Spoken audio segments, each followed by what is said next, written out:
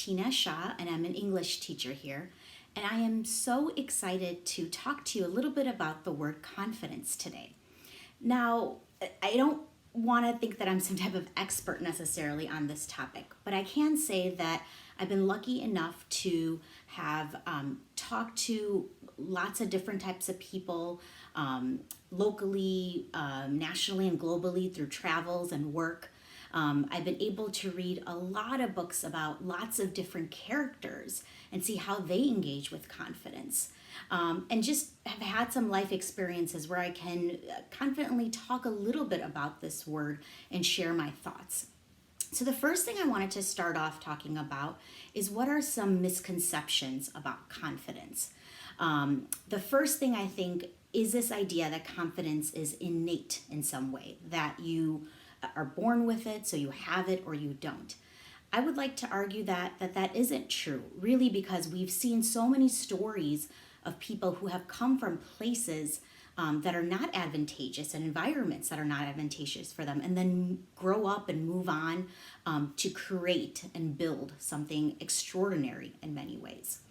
Another misconception is this idea that confidence is static, right? That once you have high confidence, it stays high, or once you have low confidence, it stays low. I definitely like to have you think about confidence more as a pendulum that swings in some way, right? So I can say in my life, I've had moments of high confidence and low confidence, and I've seen that pendulum swing back and forth. And how you rise from those low points really it tells people of how you kind of deal with confidence in your life. Okay. All right, so now that we've kind of put those misconceptions aside, I thought, okay, what is the denotation? What's the dictionary definition of confidence? Okay, just kind of as background, okay? So two things kind of pop up. One is this idea that you have a firm trust or belief in someone or something, okay? And the other idea is that you have self-assurance in your own abilities. That line where you say, I believe I can do X, okay? So I started to think a little bit about, okay, so how can we think about these sort of definitions, but also kind of how can it make sense for someone experiencing high school? So really, I would like to propose sort of a formula for confidence. And this isn't the only formula, but one I think that could work, right?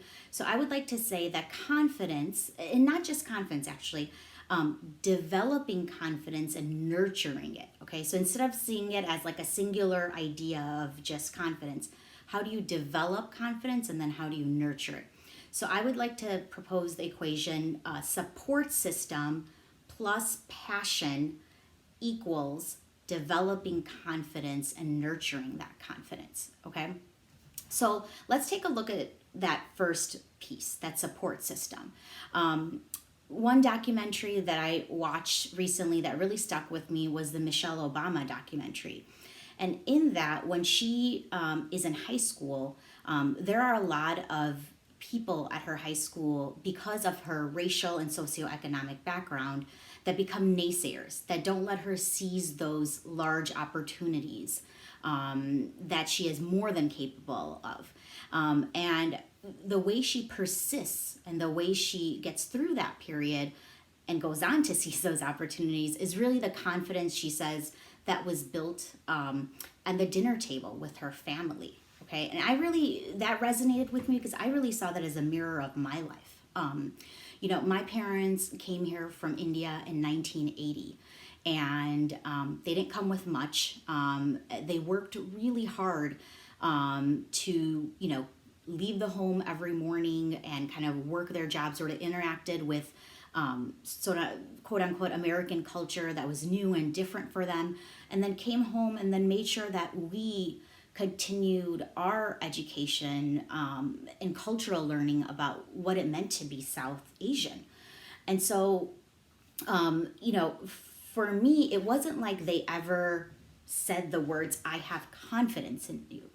But it was how they kept their head up and led these two lives that allowed them to embrace these two identities of being South Asian American. And that's how I kind of went through a lot of my education. How can I kind of confidently be okay with these two identities? Not only did my parents, nurture and develop confidence in us, we have a very extended family who they brought over from India, and they supported and let them kind of come into their own in this country. And so, I always at my hand had this sort of support system where I could turn to for any questions that I had about life or academics. Now I know that all of us at Glenbard come from different homes, communities, ethnic and racial and socioeconomic backgrounds.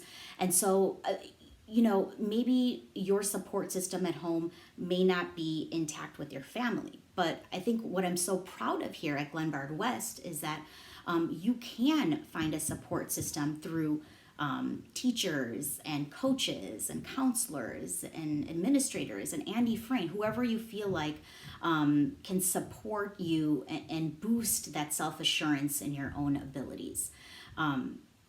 The second piece of the equation is around passion, okay? So for me, really, that passion came towards the end of my high school, where I started to really, really feel that reading and writing can alter the way people see themselves, their community, the world, and can express them express their selves with vulnerability and honesty. And I started to believe so deeply and passionately about the power of the word.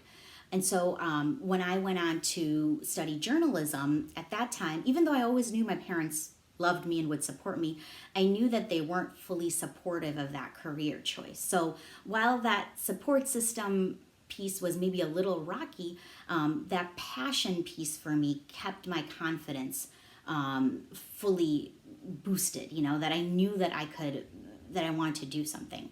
And so, I really say to you that really find something in your life. What keeps you awake? What drives you to continue to ask questions? What gets at your curiosity all the time, whether that be art or music or mathematical equations, forensic science, anything and everything that pushes you and drives you. That passion is so key. And so, I think that these don't have to come in order. It's not like you need the support system and then the passion to develop that confidence. They can come in any order. And really, if you develop that passion first, and you will find others that have the same passion that will then become that support system. Finally, I want you to really think about how that support system in some ways also becomes a gut check, right? So they make sure that you don't have false confidence or overconfidence in your abilities in some place that doesn't make sense, or underconfidence in pushing you to be like, no, you can do this.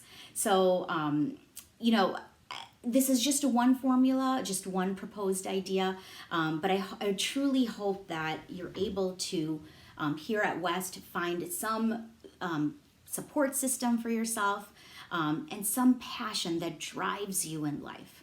Thank you so much.